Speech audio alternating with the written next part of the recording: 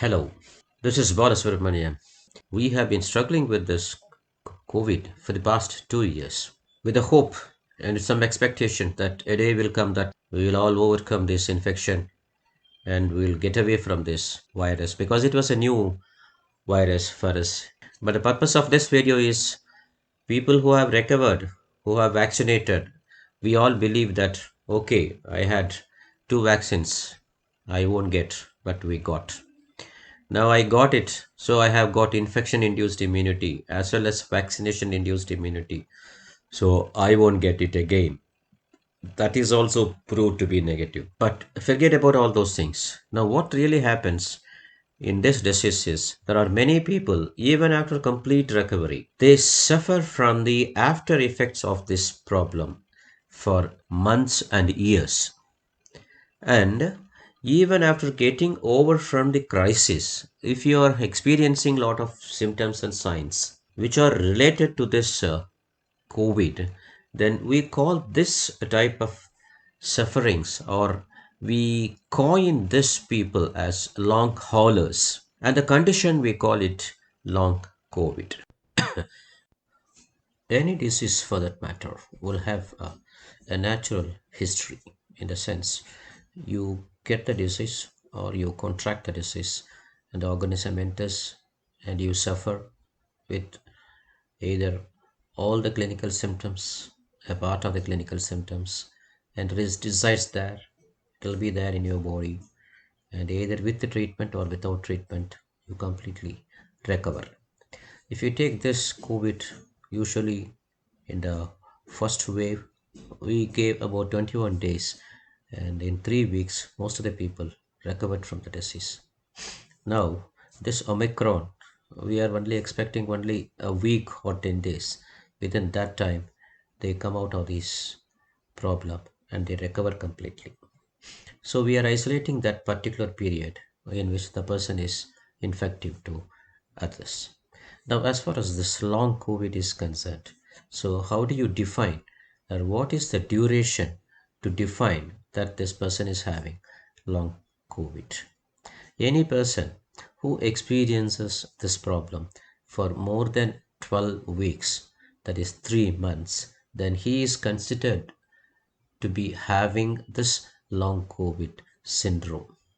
Among this long COVID, the problems are confined not only to just one system, but the signs and symptoms and sufferings people have, they experience symptoms from all the systems, starting from the nervous system like anxiety, depression, loss of sleep, of course, loss of taste, very important, and also loss of smell. These symptoms were very much prominent during the first wave and the second wave with the Delta. And breathlessness, repeated cough, increased heart rate, palpitations, and loss of appetite.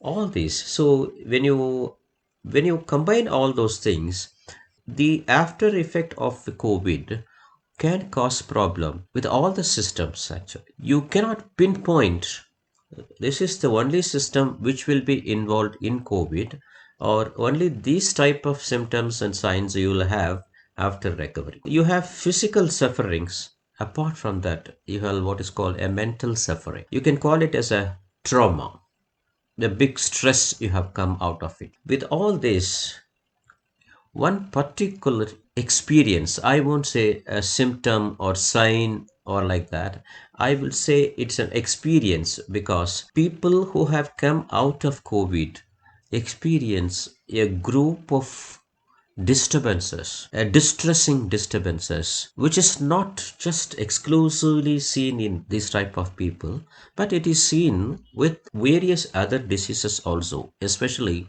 who have recovered from serious illness.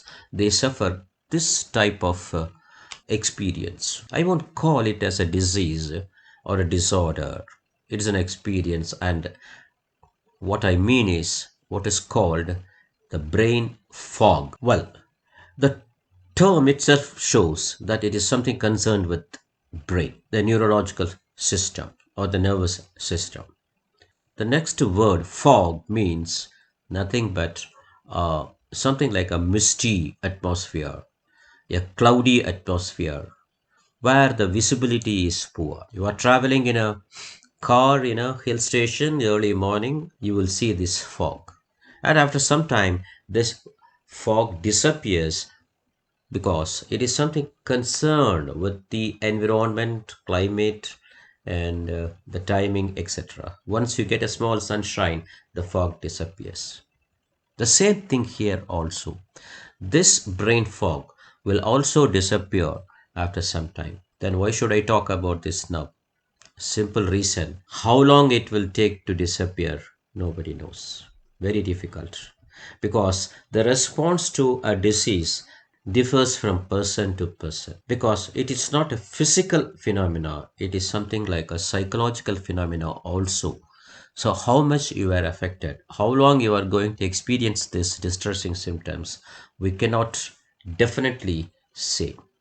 But the purpose of this video is you have to expect this and you have to accept this and you have to wait that you will be cleared of all these symptoms one day. Now, can we see something more about this? So, in my next video, I will try to explain what is actually brain fog, what are the symptoms for the brain fog, who will get this, does it has any relationship with the severity of the problem? Is it a permanent one? How to diagnose it? Is there any diagnostic test or any equipment to know that I am having brain fog? Does it mean that I still have the organism inside me? Does it mean I am still infective to others? And what is the solution? What is the treatment? And what are the consequences of this problem? How to manage it? So, in my next video, I will try to explain